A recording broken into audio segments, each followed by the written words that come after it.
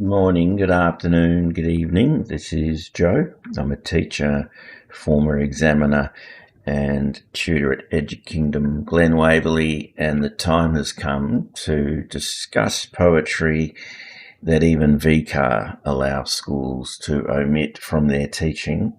The poems in relation to Mary Oliver's childhood and her tortured relationship with her father. So this comes with sensitive content and a trigger warning. We are going to deal with themes of child abuse here today. Now, if you're not comfortable writing about these poems or even facing them, that's completely understandable. But I do want to raise with you things that occur in these poems that I'd like you to look for in other poems, so that you're not disadvantaged in analysing the full breadth of what she does by the fact that you're not writing about, in particular, these two poems, Rage and Visitor. Those are the two that are really important here. A couple of things go on in these poems that certainly are unusual for the way she writes. We've already talked in some of the early videos about her use of pronouns. Some of the poems are almost an invitation to a shared experience or a form of advice. You do not have to be good. Here we see the use of you as a distancing device. Now, again, I want to be very careful here. I just want to keep the borders really distinct. So I'm not going to quote any of these two poems just yet. But just imagine a poem in which instead of encouraging, supporting, collaborating with the you, she's actually accusing them. You suck, in other words. Look around and see if there's a way in which that use of you is a little more dynamic than what you're used to. And this, of course, is the dilemma, isn't it? As soon as VCAA say, look, you don't have to teach this poem, which means we won't penalise you on the exam if you don't mention rage and you don't mention a visitor. But what if students are mentioning those poems in order to provide depth about her writing style that you otherwise can't match? Similarly, and again without going into detail, one of the poems about her father, A Visitor, is about the ways in which the pain is no longer there. I guess in stages of grief we'd call that acceptance. A lot of her poems do deal with accepting the imperfection of life, embracing the moment, and again, back to that line, you do not have to be good. In A Visitor, she regards her father as weak, no longer capable of harm, and again saddened, but somehow she's at peace with everything. More importantly for us, again, we need to look for a poem then in which it's okay to suffer, I guess, is the message. So there's the trigger warning. A Visitor may be a poem you're more comfortable reading if you understand the background of a traumatic childhood. There's also The Journey, which is a possible poem to work with there. Because in the end, we're in year 12, we're doing adult analysis here. We cannot shield ourselves from the word abuse. We're going to have to confront it to some degree. All right, so for those of you who really are uncomfortable with going any depth into rage in particular, this is where you should step aside. And I might have more to say about this in subsequent videos. If you're hanging around or still uncertain, well, we are dealing with heavy shit here and we're dealing with heavy analysis. I tend to not believe in trigger warnings. I think we're all grown-ups here and we should be able to distinguish our own suffering from the suffering of others. But if ever there were a poem or text that I would be uncomfortable teaching without a trigger warning, rage is the one. So, with that in mind, here we go. And I'm going to take a risk here.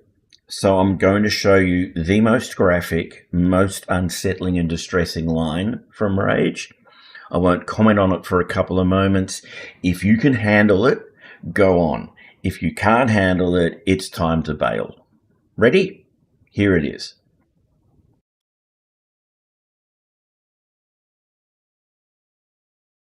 Well, yes, that doesn't leave much to the imagination, does it?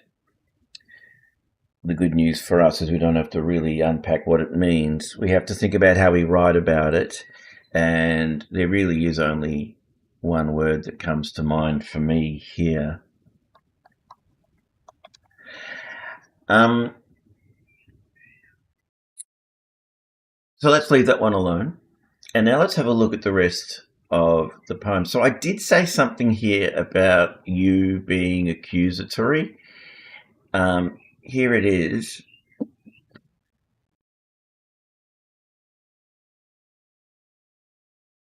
It'll come back later on, and we'll get to that. Do you notice what's missing? Normally, her poems pair the pronouns up, don't they? We are used to seeing you, I. A really good example of that is Dogfish. Wild Geese isn't bad for it either. Here, it's just you. The closest we get to anyone else is one reference to the mother as her. And as a consequence of that, Oliver herself is in third person. Not even that. She's not even a she. She's substituted with the child. Not that you want to get into too much linguistic stuff here, but that's what that's called. Instead of writing the name or she or her, calling it the child is known as substitution. I guess in a non-literal sense, it is a form of substitution, isn't it? Everyone else is distanced from the you. Yeah? So what's going on here? Because we've got two themes to deal with here, beyond the obvious references to blood. There's a very strong theme here, and again, trigger, of what I would regard as the brutal tragedy of the pedophile. I'm reaching for the language here, which is that the thing you claim to desire inevitably leaves you. There's references here to aging. When the child's mother smiles, you see on her cheekbones a truth you will never confess. Now, gut instinct, you would say, is confess would be to confess guilt. That's not what I think is going on here. The child of the mother looks like the mother. So what's the difference on the cheekbones? Well, aging. Cheekbones become prominent as we age.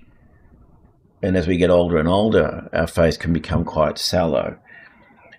The mother's face, even in a moment that should be joyous to a normal human being, to a criminal, psychologically disturbed and disturbing human being, it's something confronting. Let's scroll down. You'll see it again here. This idea that the fantasy, the dark fantasy, is that the child never grows.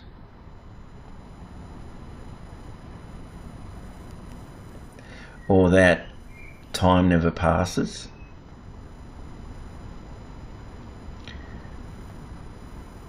Interesting line here, till no one could gather the fragments.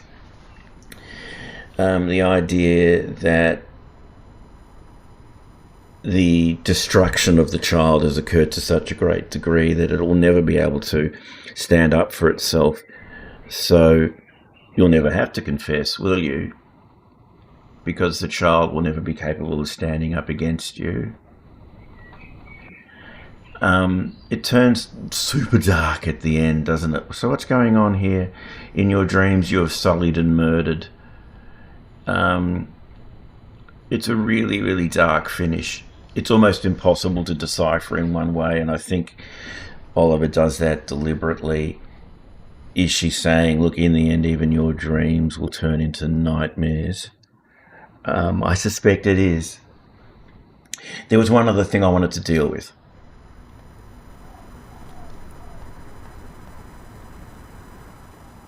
This juxtaposition she sets up between the public self, and indeed literally the public, and the private self. It's quite a simple setup, isn't it? This idea of him heading to work, but it's all a performance. He's a fragmented self, and we'll see this in a second in the visitor. A visitor, sorry, I need to get that label right. It's not really our need to go into biography, but let's have a quick check of the kind of man that he really was, just to give you the overall context. If ever there were to be a lesson about not trusting artificial intelligence, this would be it. No. Yes, he was a teacher. So there's that sense of power, public respectability.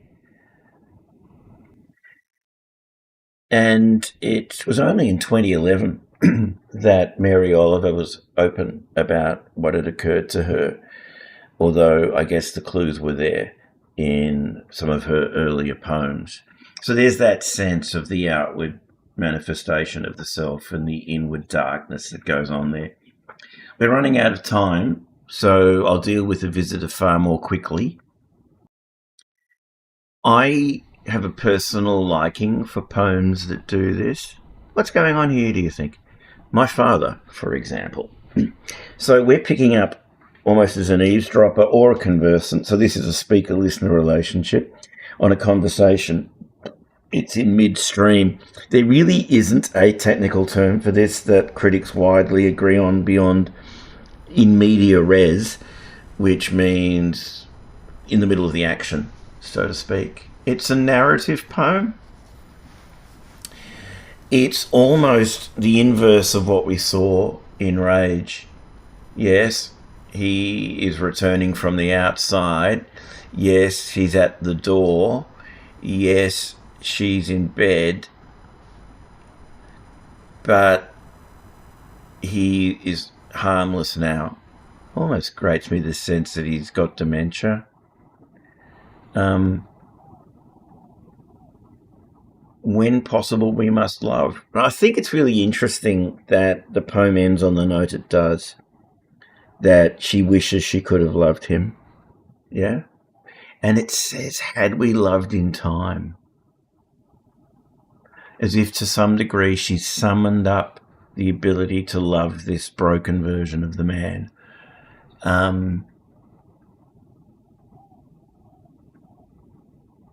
But it's never going to be real, is it? The dreams, you can see how these poems double up on each other, don't they? Yeah? The dreams are frozen now. There is no public self.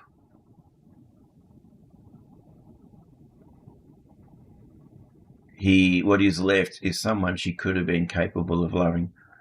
In the end, it's maybe not a poem about forgiveness. It's a poem about the necessity of letting go of pain. It's a transformative moment, perhaps, for the speaker here. So that's why it's got thematic linkages to all those other poems about moving on. Think about the ending of Dogfish. And some critics have suggested that Dogfish is actually a metaphor for Mary Oliver's childhood. It's just an example. An example of what? A broader rule that we cannot let our pain define us, I think. Now, I'm not going to suggest any specific tasks here because not everyone can do them, obviously. They're very, very challenging poems, aren't they? I'm glad VCAA left them on the list. And I hope no matter what you as an individual have experienced, you can see the merit in what the final lines of A Visitor have to say. Do not let your pain and suffering divine you, even if you're experiencing it at the moment. All right. Thank you for your attention to this one. Hope that helps.